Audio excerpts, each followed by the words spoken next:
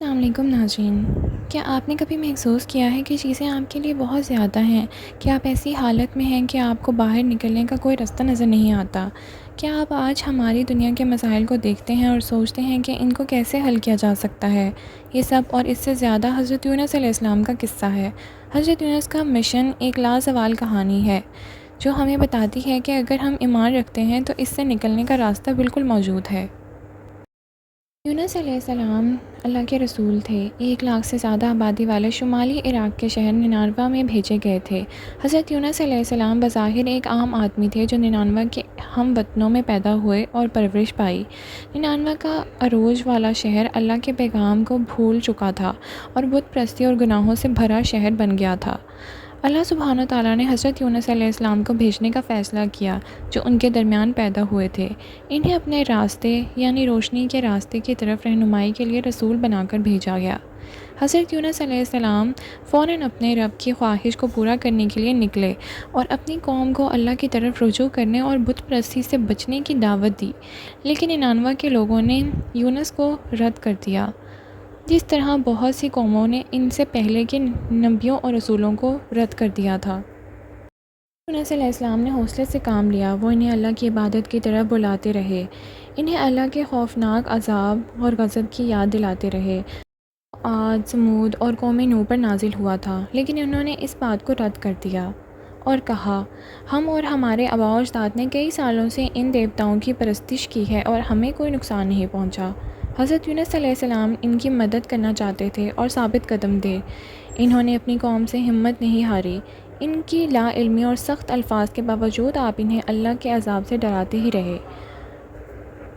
دو مردوں نے ہنستے ہوئے یونس کو بتایا کہ وہ اس کی خالی دھمکیوں سے ذرا بھی خوفزدہ نہیں ہیں۔ حضرت یونس علیہ السلام مایوس تھے۔ اپنے لوگوں کی مدد کرنے کی خواہش کے باوجود انہیں خوف تھا کہ ان کی قسمت پر مہر لگ جائے گی۔ اللہ کے آنے والے غضب کا انتظار کرتے ہوئے وہ اس خوف سے شہر سے بھاگ گئے کہ شاید اس کی تباہی کی پیشن گوئی جلد پوری ہو جائے گی۔ اللہ سبحانہ تعالیٰ اپنے نبی سے ناراض ہوئے اور کہ وہ اپنی قوم سے بغیر کسی خاص حکم کے چلے گئے۔ مرد، عورتیں اور بچے پہاڑوں کی چوٹیوں پر جمع تھے، اپنے اوپر آسمان کی لڑائی کو خوف سے بھرے دلوں کے ساتھ دیکھ رہے تھے۔ انہیں جلد حضرت یونس علیہ السلام کا اللہ کے عذاب کی تنبیہ یاد آ گئی اور وہ عاد، سمود اور قوم نوح کی مصیبت سے ڈر گئے۔ نئے ایمان کے ساتھ وہ گھٹنوں کے بل گر گئے، ہاتھ پھیلا کر اللہ سے معافی اور رحم کی بھیک مانگنے لگے۔ سچی توبہ کے اس مظاہر سے متاثر ہو کر اللہ سبحانہ تعالیٰ نے اپنا عذاب اٹھا لیا، اپنی رعایا کو معاف کر دیا اور ان پر اپنی رحمتیں نازل فرما دیں۔ جیسے جیسے آسمان صاف ہوا، لوگوں نے اپنے نبی یونس علیہ السلام کی بحفاظت واپسی کے لیے دعا کی تاکہ وہ ان کی مزید رہنمائی کر سکیں۔ اسی دوران حضرت یونس علیہ السلام جو نینوہ سے روانہ ہوئے تھے، ایک چھوٹے سے مسافر برادری بحری جہاز میں اس نیت سے سوار ہوئے کہ جہاں تک ممکن ہو اپنی قوم سے دور سفر کریں گے۔ جہاز دن کے وقت پرسکون پانیوں میں سے گزرتا رہا، لیکن جیسے ہی رات بند ہوئی ایک طوفان برپا ہو گیا جس نے جہاز کو ادھر ادھر ہلانا شروع کر دیا۔ جہاز کا عملہ اور مسافر اپنی جانوں کے لیے خوفزدہ ہونے لگے کیونکہ سمندر کا پانی آہستہ آہستہ ڈیک پہ بھرنے لگا تھا اور جہاز کو آہستہ آہستہ ڈوبنے لگا تھا۔ جیسے ہی یہ طوفان رات بھر چلتا رہا، جہاز کے کپتان نے اپنے آدمیوں کو حکم دیا کہ جہاز کا بوجھ ہلکا کرنے کے لیے تمام غیر ضروری سامان اور اضافی وزن پھینک دیا جائے۔ جیسا کہ ہدایت کی گئی تھی، عملے نے ایک ایک کر کے ہر وہ چیز جو وہ کر سکتے تھے ضائع کر دی، لیکن ان کی کوشش ناکام ہو گئی کیونکہ جہاز تیرتے رہنے کے لیے جدوجہد کر رہا تھا۔ کپتان کے پاس کوئی چارہ نہیں تھا۔ اس نے محسوس کیا کہ بہت سے لوگوں کو بچانے کے لیے ایک کی قربانی ضروری ہو سکتی ہے، جیسا کہ اس زمانے میں مردوں میں عام رواج تھا۔ کپتان نے فیصلہ کیا کہ قربانی کے لیے مسافروں کو چننے کے لیے قرعہ اندازی کی جائے گی۔ قرعہ ڈال دیا گیا اور حضرت یونس علیہ السلام کا نام منتخب کیا گیا۔ آدمی جانتے تھے کہ حضرت یونس علیہ السلام ایک نوجوان ہیں، نیک آدمی ہیں، ایماندار اور بابرکت آدمی ہیں، تو انہوں نے انہیں باہر پھینکنے سے انکار کر دیا اور دوبارہ قرعہ ڈالنے پر رضامند ہو گئے۔ چنانچہ قرعہ ڈالا گیا اور حضرت یونس علیہ السلام کا نام دوبارہ سامنے آ گیا۔ مردوں نے یونس کو پھینکنے سے انکار کرتے ہوئے کہا، ہم یونس سے جان چھڑانے والے نہیں ہیں، وہ کشتی پر ہماری برکت ہے، وہ بہترین آدمی ہیں جو ہمارے پاس کشتی پر ہیں، ہم اسے جان چھڑانے والے نہیں ہیں۔ چنانچہ انہوں نے تیسری بار کوڑا ڈالا اور یونس علیہ السلام کا نام پھر سامنے آ گیا۔ لوگ حیران ہی رہ گئے، لیکن حضرت یونس علیہ السلام جانتے تھے کہ یہ اللہ کا فیصلہ ہے، کیونکہ وہ اپنے رب کی رضامندی کے بغیر اپنی قوم کو چھوڑ گئے تھے۔ چنانچہ حضرت یونس علیہ السلام نے جہاز سے باہر سمندر کے بیچ میں اندھیری زبانہ لہروں میں چھلانگ لگا دی، جیسا کہ اللہ سبحانہ وتعالیٰ نے حکم دیا۔ سمندر کی سب سے بڑی ویل سامنے آ گئی اور حضرت یونس علیہ السلام کو پانی سے ٹکراتے ہی یہ نکل گئی۔ اس کے بعد ویل سمندر کی گہرائیوں میں اتر گئی۔ یونس علیہ السلام جو ابتدائی طور پر بے ہوش تھے، بیدار ہوئے اور اپنے آپ کو اندھیرے کی 3 تہوں میں گھرا ہوا پایا۔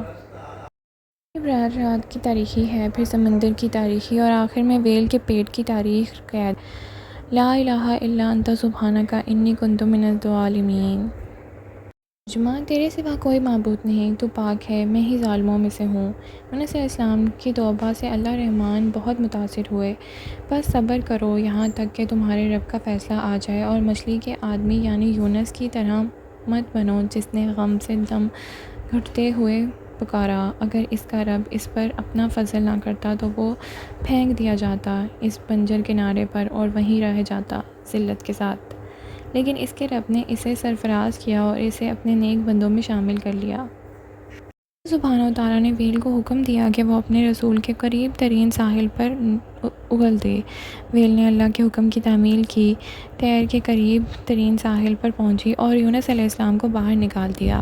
ویل کے پیٹ میں تیز آب کی وجہ سے یونس علیہ السلام کا جسم سوجن تھا، اسے سورج اور ہوا سے کوئی تحفظ نہیں تھا، اس لیے اللہ تعالیٰ نے یونس علیہ السلام کے اوپر ایک درخت اگانے کا حکم دیا تاکہ انہیں خوراک اور سایہ ملے۔ اللہ سبحانہ وتعالیٰ نے انہیں معاف کر دیا اور بتایا کہ اگر اس کی مخالفانہ دعا نہ ہوتی تو یونس علیہ السلام قیامت تک ویل کے پیٹ میں ہی رہتے۔ حضرت یونس علیہ السلام واحد پیغمبر تھے جن کی پوری امت نے اسلام قبول کیا۔ اللہ تعالیٰ نے قرآن پاک میں یونس ابن متی کی قوم کے بارے میں فرمایا ہے۔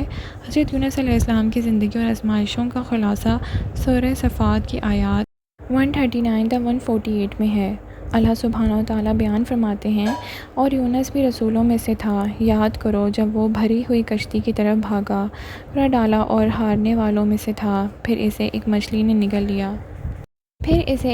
نگل لیا اور وہ ملامت کے لائق تھا۔ اگر وہ تسبیح کرنے والوں میں سے نہ ہوتا، اللہ یقیناً قیامت تک اس کے پیٹ میں رہنا، لیکن ہم نے اسے ایک وسیع اور عریض زمین پر پھینک دیا اور اس پر ایک لوکی کا درخت اگایا اور ہم نے اسے ایک قوم کی طرف بھیج دیا، 1,00,000 یا اس سے زیادہ، اور وہ ایمان لے آئے تو ہم نے انہیں تھوڑی دیر کے لیے زندگی کا مزہ دیا۔